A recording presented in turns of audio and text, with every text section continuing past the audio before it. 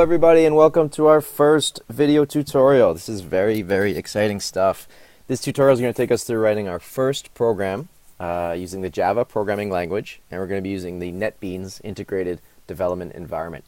Now, I'll say this right off the start. Find a way to make these tutorials work for you. So there's going to be quite a few video tutorials throughout the course. So some students like to have a split screen where they have their video tutorial on the left and maybe their programming environment on the right. And they can pause the video and they can try some of the things that are being typed in the video. Other students like to watch the videos in their entirety. Some students will miss a few things, so they'll jump back in the videos. But as you continue your journey in computer programming, it's very important to find a way to make these work for you, because there can be a lot of information in these videos, and research shows that showing somebody else program is actually very, very beneficial for the individual who's learning to program. So as you watch someone make mistakes and you watch someone forget semicolons or do all different things, it's actually very helpful for that developing programmer. So let's take advantage of these. We are going to show you the Java NetBeans integrated development environment right here, and we're going to create our first program. So at the top left here, we're going to click File, New Project, and we're going to make a Java application. And this is the one we're going to use most often. So it's a Java application, and we click Next. Your teacher might have some rules in terms of naming conventions. So they might want you to name your projects a certain way. A good way to do it is perhaps to use your last name in all your projects.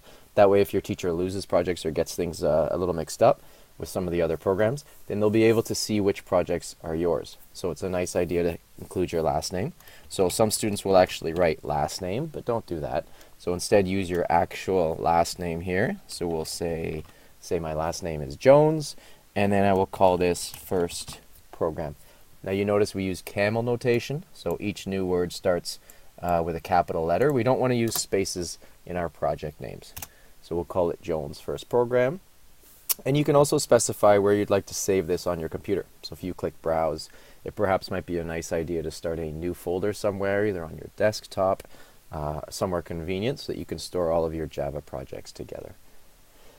Once we have our project name done and our project location, we can click Finish. And we're provided with a template where we're going to write our program.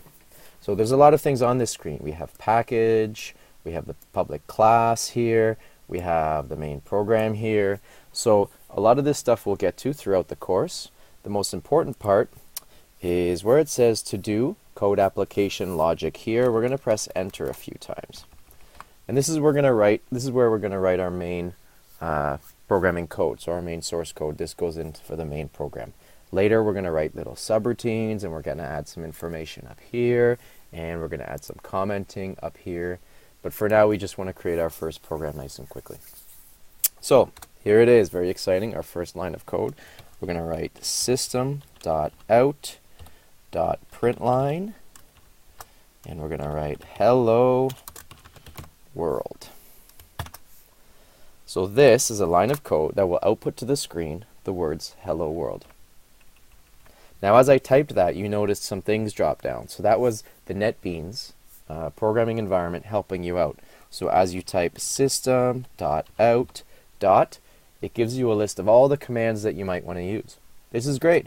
So if you forget, is it print line or print which one do I want to use, and what's the exact syntax for it, you can see that it's listed here, all the different ways to output different integers or characters or letters and things like that.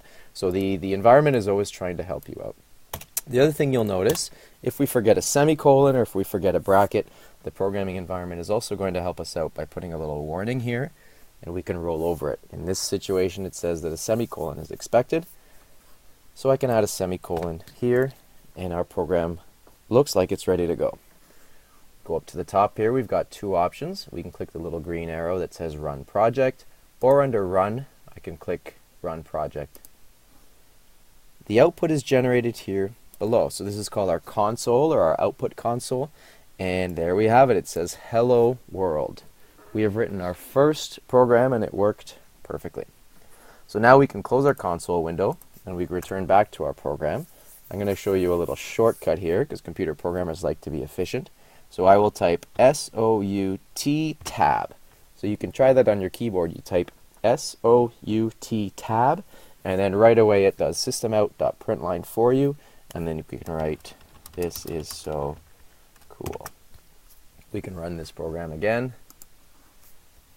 And there we have it, our HelloWorld first computer program created with the Java programming language in the NetBeans integrated development environment. So play around with this. Have some fun. See what happens when you forget your semicolons. See what type of errors come up. And experiment. Enjoy.